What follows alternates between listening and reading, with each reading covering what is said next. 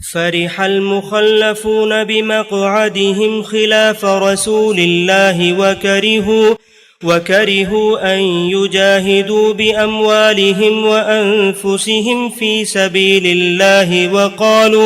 وقالوا لا تنفروا في الحر قل نار جهنم أشد حرا لو كانوا يفقهون فليضحكوا قليلا وليبكوا كثيرا جزاء بما كانوا يكسبون فإن رجعك الله إلى طائفة منهم فاستأذنوك للخروج فقل لن تخرجوا معي أبدا ولن تقاتلوا معي عدوا إنكم رضيتم بالقعود أول مرة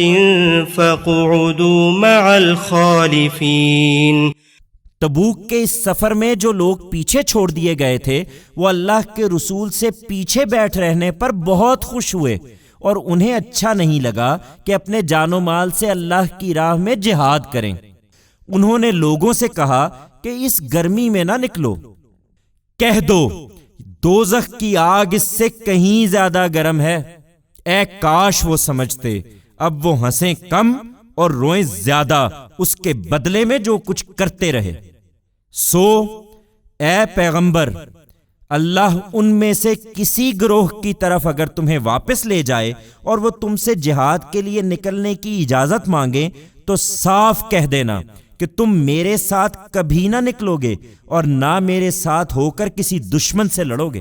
تم نے پہلے بیٹھ رہنے کو پسند کیا تو اب بھی ان کے ساتھ بیٹھے رہو جو پیچھے رہنے والے ہیں۔ ولا تصل على أحد منهم مات أبدا ولا تقم على قبره إنهم كفروا بالله ورسوله وماتوا وهم فاسقون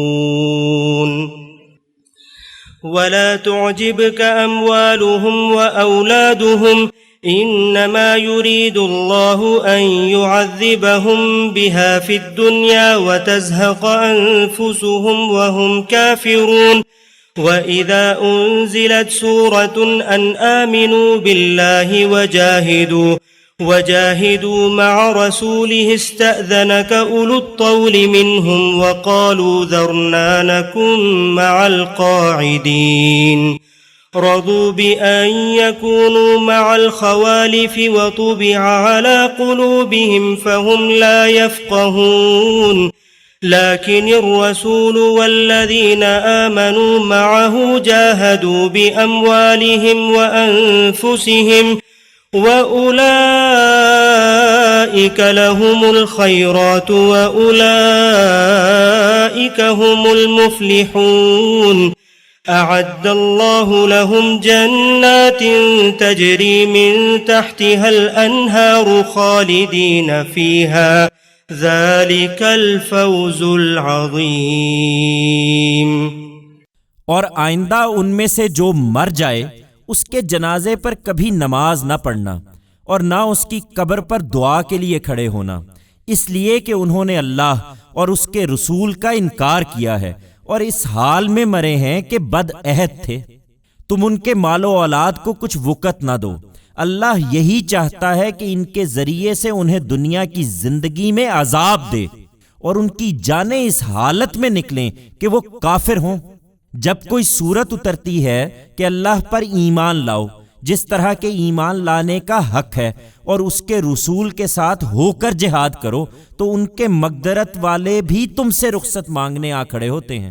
اور کہتے ہیں کہ ہمیں چھوڑ دیجئے، ہم یہاں ٹھہرنے والوں کے ساتھ رہ جائیں گے۔ انہوں نے پسند کیا کہ ان عورتوں کے ساتھ ہوں جو پیچھے گھروں میں بیٹھی رہتی ہیں، اور ان کے دلوں پر اس کے نتیجے میں مہر کر دی گئی، اس لیے کچھ نہیں سمجھتے۔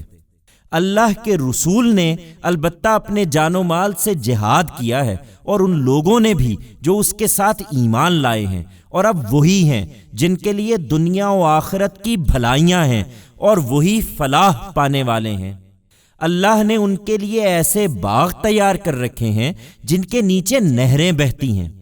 وہ ان میں ہمیشہ رہیں گے، یہی بڑی کامیابی ہے۔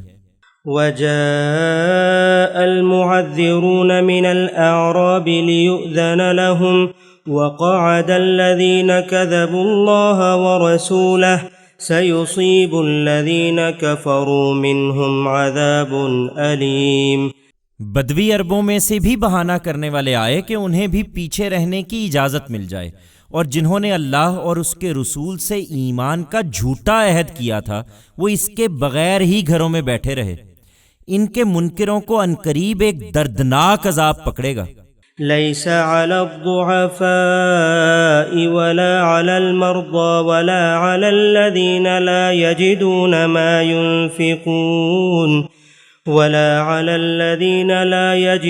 ما ينفقون حرج إذا نصحوا لله ورسوله ما على المحسنين من سبيل والله غفور رحيم۔ ولا على الذين إذا ما أتوك لتحملهم قلت لا أجد ما أحملكم عليه تولوا وأعينهم تفيض من الدمع حزنا ألا يجدوا ما ينفقون إنما السبيل على الذين يستأذنونك وهم أغنياء رضوا بأن يكونوا مع الخوالف وطبع الله على قلوبهم فهم لا يعلمون۔ ان لوگوں پر البتہ کوئی گناہ نہیں جو کمزور ہیں، اور ان پر جو بیمار ہیں، اور ان پر بھی جو خرچ کرنے کے لیے کچھ نہیں پاتے، جبکہ وہ اللہ اور اس کے رسول کی خیر خواہی کرتے رہیں گے۔ ایسے نیکوکاروں پر کوئی الزام نہیں ہے، اور اللہ بخشنے والا ہے، اس کی شفقت ابدی ہے۔ اسی طرح ان پر بھی کوئی الزام نہیں ہے کہ جب تمہارے پاس آتے ہیں کہ ان کے لیے سواری کا بندوبست کر دو، تم کہتے ہو کہ میں تمہارے لیے سواری کا بندوبست نہیں کر سکتا، تو اس طرح لوٹتے ہیں کہ ان کی آنکھوں سے اس غم میں آنسو بہہ رہے ہوتے ہیں کہ وہ اپنے خرچ پر جانے کی مقدرت نہیں رکھتے۔ الزام تو ان لوگوں پر ہے جو تم سے رخصت مانگتے ہیں، درا حالے کہ وہ مالدار ہیں۔ وہ اس پر راضی ہو گئے کہ ان کے ساتھ ہوں جو پیچھے گھروں میں بیٹھنے والی ہیں، اور اللہ نے اس کے نتیجے میں ان کے دلوں پر مہر کر دی۔ اب وہ کچھ نہیں جانتے کہ کس انجام کی طرف بڑھ رہے ہیں۔